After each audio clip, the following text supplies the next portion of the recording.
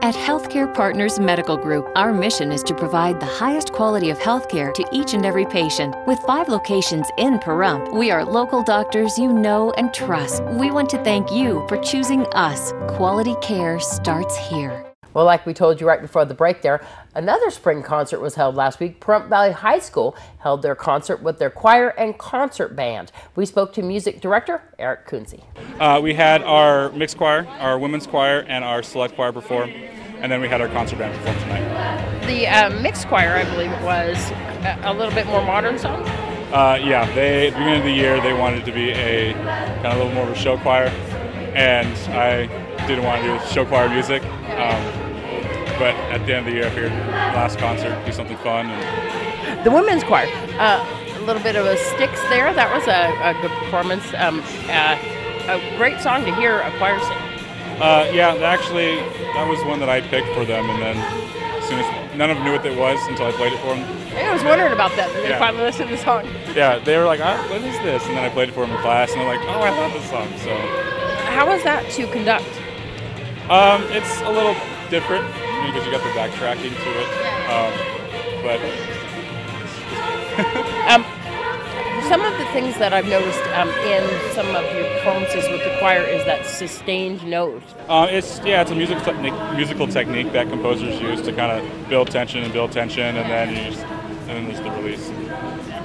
And that, especially with Shenandoah, and then the last song that you had there that you said is a composer that's from Nevada. Yes, Eric Whitaker. Yeah, he was born in Minden. Well, he was raised in Minden, Nevada, and then did his undergraduate work at UNLV. And he's done a lot for music in Nevada. He's written a lot, composed a lot of pieces, and yeah, he's just a phenomenal composer. What language is that? It's in Latin. A concert band, and they did 3 performances. I believe we've seen them one other place that you guys honored one of the parties out here at the Pahrump Nugget with playing these songs. The real kicker is the Majestia. Yeah, yeah. We were asked to perform at an anti-drug kind of a thing. Yeah.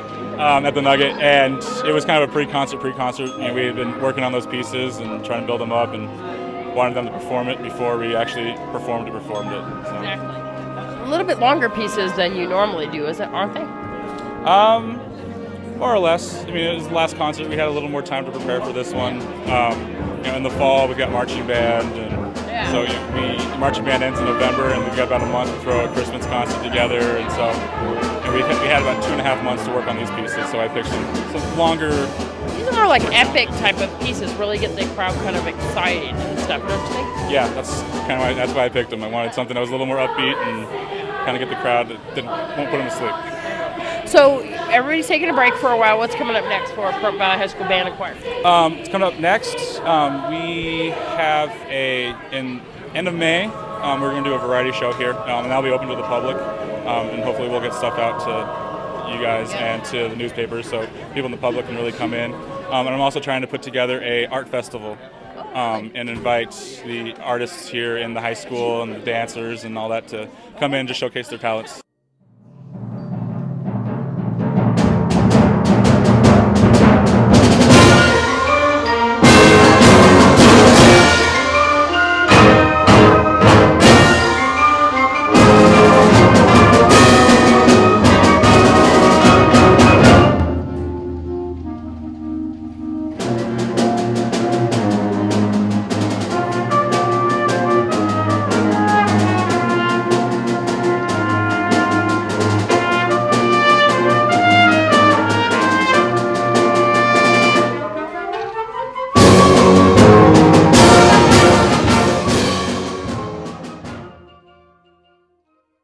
Well, let's find out what happened in the world of entertainment this last week with Deanna O'Donnell. The striking image of John Lennon's bloody glasses tweeted by his widow Yoko Ono last week was resent to President Barack Obama's 28 million Twitter followers the next day as the debate over gun control continues. The image shows John Lennon's round lens glasses splattered with blood that he was wearing when he was shot and killed by Mark David Chapman outside his New York home, the Dakota. The text over the glasses reads, "Over 1,057,000 people have been killed by guns in the U.S. since John Lennon was shot and killed on December 8th of 1980.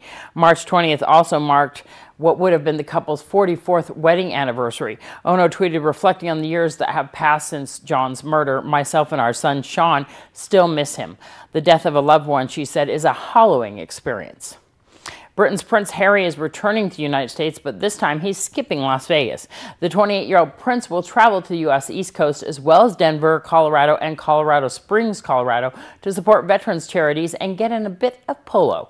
Harry, a longtime supporter of charities that rehabilitate war veterans, will attend several events at the 2013 Warrior Games, a competition in which veteran athletes from both Britain and the United States take part. Harry recently spent 20 weeks in Afghanistan as a co-pilot gunner on an Apache attack helicopter. His May 9th through 15th visit will include trips to Arlington National Cemetery, Walter Reed National Medical Center, and an exhibition on Capitol Hill about landmine clearance, a favorite subject of his late mother, Princess Diana. He will also visit areas in New Jersey hard hit by Hurricane Sandy. Actress Ashley Judd says she won't run for U.S. Senate in Kentucky against Republican leader Mitch McConnell. Judd made an announcement in a Twitter message today. Judd had hinted that last week she was nearing a decision about the race. The former Kentucky resident, now living in suburban Nashville, Tennessee, has said little publicly about her intentions. However, she has been meeting with several Democratic leaders to discuss a possible run. The Rolling Stones will be taking the stage again this summer at one of Britain's leading music festivals. The Stones' appearance at the 2013 Glastonbury Festival, set to take place from June 28th to June 30th. Mick Jagger, Keith Richards, and the Stones recently held a series of concerts to celebrate their 50 years together, and there have been rumors of more activity. Before those shows, the Stones hadn't performed in concert together since 2007. I'm Deanna O'Donnell. That's your entertainment this week. Well, there is still time to enter into the Miss Pahrump pageant. We spoke to Miss Pahrump 2012, Sabrina Mon. The ages is 13 through 18, and there's packets that you can get at the high school, the middle school, at Pathways, and CCA. There's a mandatory meeting that people have to go to, right? When is that? It's on April 16th at Wolfie's at 6 o'clock. You also had a platform of something that you would like to do for the community too as well. Let's talk about that. Okay. I think this pageant is like an awesome thing. Like, your self-confidence goes up so high, and it just helps you with everything that you need to do, like the public speaking and like anything. Like, I was so scared for all of this, but it's been like easier, you know? And my community platform was children's literary education, and it's just like whatever you think that the community needs or wants, and you can make a difference in that, and it's just really cool. So it's an awesome opportunity you can take. When's the pageant?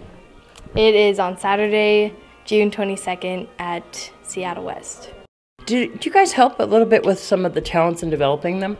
Yeah, we actually are going to do workshops for them. They did it last year too. There's like ones on photography, so you can be all photogenic, you know, and then there's stuff for your talent and just walking, like the modeling stuff. So we always help them. And there's a production number at the beginning that I'm actually going to be choreographing to teach to the girls. So I'll just be with them the whole like week of preparation. So they don't need to be nervous, do they? No, it's really fun. So it'll be good. So for more information, they can pick up the packets at all the places that you said, but is there a number to call? You can call Deborah Bowman, 775-727-4942. Well, that does it for this edition of News 46. We need to tell you that, once again, the Easter egg hunt at Petrick Park there begins at 9 a.m. You have to arrive early. It's followed up by the Easter picnic, which begins at 11 a.m. at the same park. What else is going on? Well, at 10 o'clock in the morning, right after the Easter egg hunt at the Petrick Park, is also an Easter egg hunt at the library. They're right there on East Street. And as well, the Pahrump Gunfighters are going to be having their annual Easter egg hunt on Sunday at 2 p.m. at their location there called Dusty Flats off of Blagg and Stagecoach. So you don't want to miss out on any of those fun things. We wish everybody a wonderful Easter holiday. Yes, happy Easter, everyone. And we'll see you back here on Monday with our special April Fool's edition of News 46. Good night. Good night.